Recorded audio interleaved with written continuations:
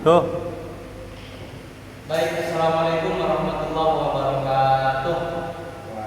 Kami perwakilan dari kelompok 5 akan menjelaskan atau mempresentasikan tentang lembaga penjamin simpanan atau yang disingkat dengan LPS yang akan disajikan oleh pemateri 1 yaitu Abdul Majid, pemateri 2 Andi Logo, dan yang akan disusulkan oleh teman kita Usama. Waktu dan tempat kami persilakan untuk pemateri.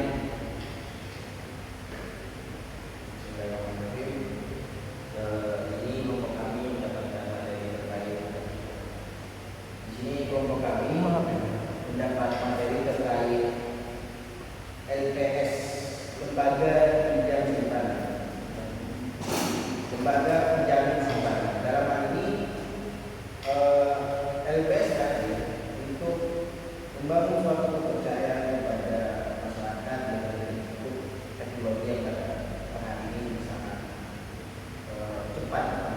Hal ini hadir dalam konteks menjamin simpanan dalam masyarakat. LPS ini adalah garda terdepan dalam menjaga kepercayaan publik terhadap sistem perbankan. Dalam presentasi ini kita akan menyelami lebih dalam fungsi serta manfaat keberadaan LPS bagi setiap nasabah dan stabilitas ekonomi nasional. Sejelas singkat dari LPS ini serta beberapa dasar hukum. Awal mula terbentuknya LPS adalah dari latar belakang pembentukan tidak lepas dari kritis moneter pada masa itu di Indonesia yang pernah belajar dari Indonesia yang menjadi sebuah lembaga yang menjamin simpan masyarakat.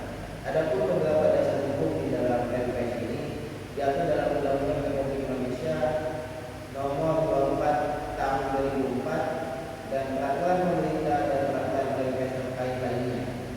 Melalui kerangka hukum yang kuat, LPS menjalankan mandatnya untuk menjaga stabilitas sistem keuangan. Sedangkan visi misi LPS pertama, menjaga kepercayaan. LPS bertekad untuk menjaga kepercayaan masyarakat terhadap bank, menjamin keamanan simpanan mereka, dan stabilitas sistem keuangan, berperan aktif dalam memelihara stabilitas sistem keuangan melalui fungsi pinjaman sistem dan resolusi bank. Dalam hal ini, LPS mendorong dengan sistem perbankan yang sehat, plus pertumbuhan ekonomi nasional yang berkelanjutan.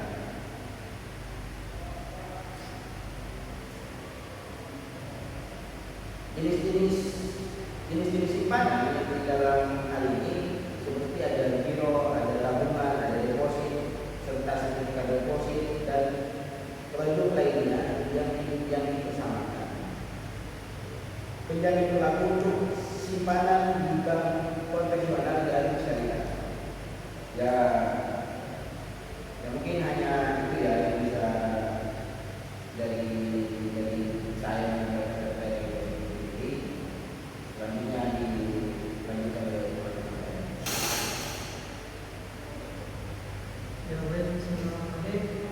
di sini saya akan melanjutkan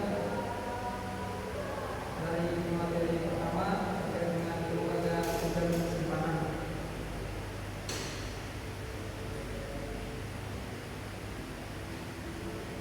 Jadi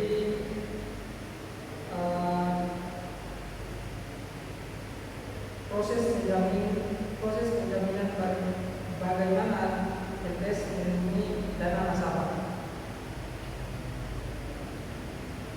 Jadi ada beberapa proses di sini. Yang pertama itu identifikasi bank bermasalah. Nah, di sini otoritas terkait melaporkan bank yang mengalami kesulitan keuangan. Kemudian penetapan resolusi. Di tahap kedua ini LPS mengambil tindakan resolusi termasuk penjaminan dan atau penyelamatan bank. Yang ketiga itu verifikasi data simpanan. Di sini LPS verifikasi data simpanan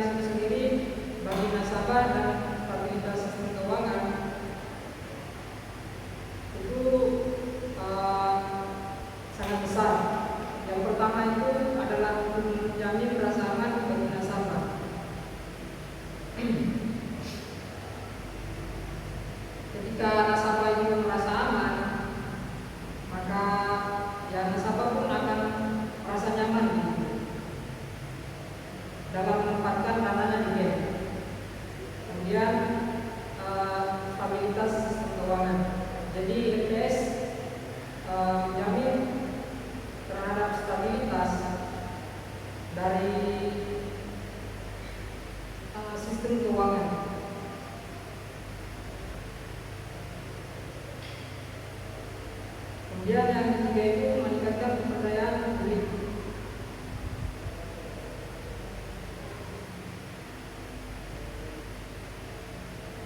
Nah,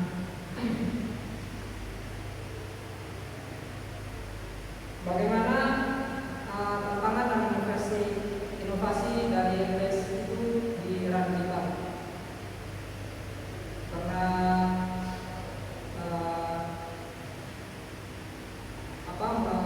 melihat perkembangan teknologi sekarang, LPS perlu melakukan inovasi. Ada inovasi yang bisa dilakukan. Yang pertama itu perkembangan teknologi keuangan. Seperti apa misalnya? Contohnya adopsi fintech dan bank digital membawa tekanan baru dalam penjaminan simpanan. Kemudian yang kedua itu keamanan data. Di sini LPS juga harus meningkatkan risiko keamanan cyber. Menurut LPS untuk terus dapat berinovasi dalam perlindungan data dari nasabah. Kemudian yang ketiga itu edukasi publik. Pentingnya edukasi kepada masyarakat mengenai peran dan batasan penjaminan LPS di era digital.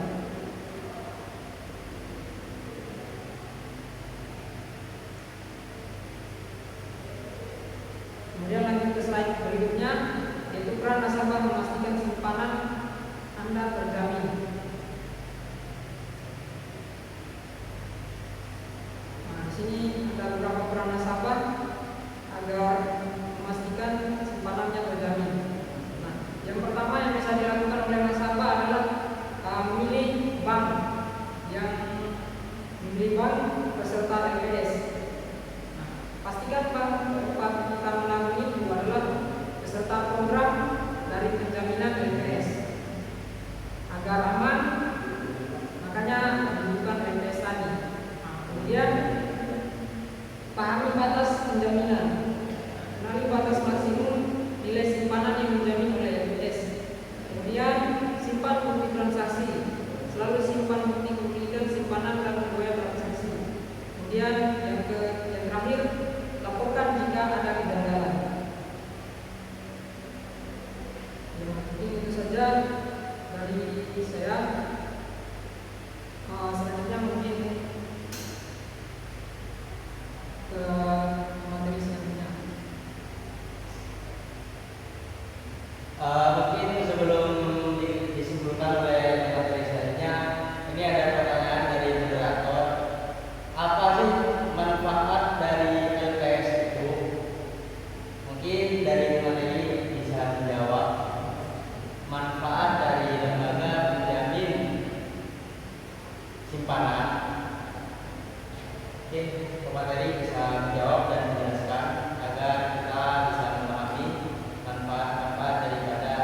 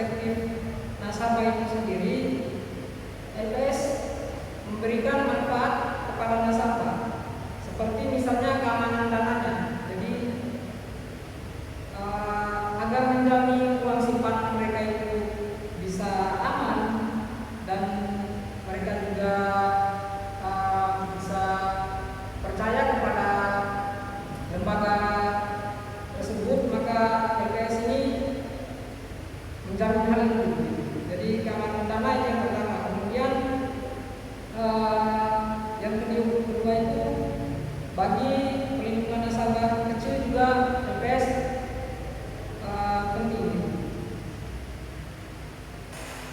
Terutama ketika nasabah itu misalkan dari kalangan yang bawah begitu. Nah, untuk menjamin tanggungan mereka di penggerangan, ya LPS itu memiliki peran yang krusial. Kemudian jika dilihat dari perspektif perbankan itu sendiri, LPS itu menjaga kepercayaan publik. Manfaatnya itu yang pertama, bisa menjaga kepercayaan publik. Kemudian yang kedua juga itu bisa mencegah yang namanya rush money. Rush money itu apa? Rush money itu seperti misalkan terjadi goncangan ekonomi di suatu negara,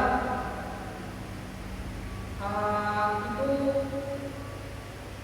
agar masyarakatnya tidak menarik uang secara massal di suatu bank, maka LPS ini begitu penting juga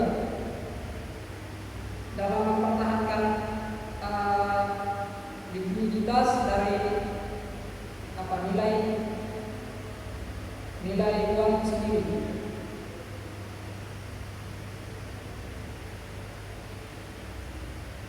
Itu mungkin dari saya, mungkin bisa ditambahkan.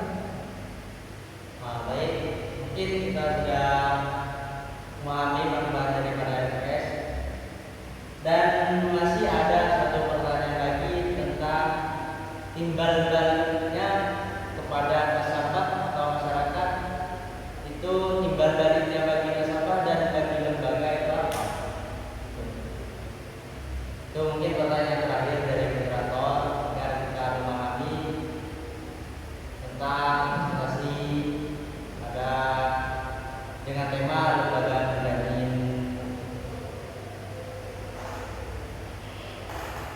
Ini bisa dijawab oleh materi satu tentang timbal balik kepada nasabah dan kepada lembaga. Jadi timbal balik lagi kita kembali kepada manfaat. Sebenarnya seperti yang dikatakan oleh saudara Randy tadi terkait LPS itu kan banyak manfaatnya di selain dari dana nasabah, serta meningkatkan kepercayaan publik, terus menjaga sistem bank. Akan tetapi di dalam hal itu kan sudah terjawab terkait timbal balik. Tapi dalam konteks ketika ada sengketa, katakan ada sengketa atau persoalan atau permasalahan antara nasabah dan lembaga. Di sini LPS ada dalam menyelesaikan penanganan bank yang gagal tadi dalam konteks nasabah itu. Itu di sini LPS memiliki wewenang untuk menangani bank yang bermasalah melalui berbagai cara seperti magang dan akuisisi serta likuidasi. Dalam hal ini sehingga pada akhirnya ketika bank dan nasabah itu gagal dalam penanganan, sehingga dampak negatif terhadap nasabah dan sistem keuangan dapat diminimalkan. Artinya dalam penyelesaian LPS itu dia tetap memiliki wewenang LPS untuk melindungi nasabah, sehingga ada, tetapi di sisi lain LPS itu meliputi menjamin simpanan yang meliputi deposito dan bentuk simpanan lainnya secara asal memenuhi persyaratan tertentu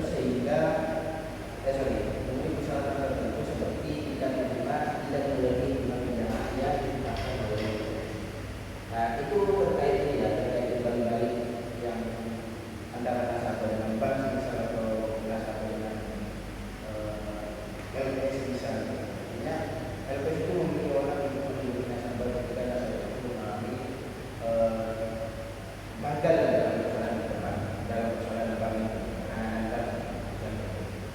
Mungkin ada juga timbal balik yang bisa saya sampaikan tentang sebagainya sebagai penutupan. Mungkin dalam kami mungkin yang disebutkan oleh materi terakhir atau penyimpul. Baik, saya akan menyimpulkan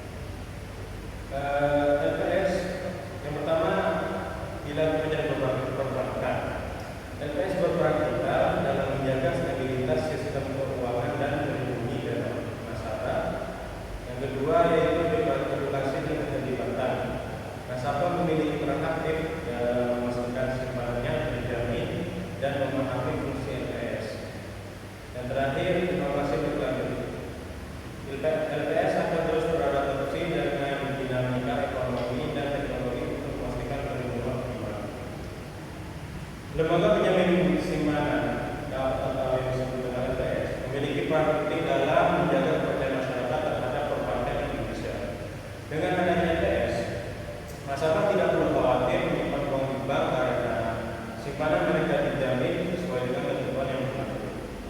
Keberadaan LPS juga membantu menjaga stabilitas sistem keuangan dengan mencegah terjadinya kepanikan atau penarikan dana secara besar-besaran.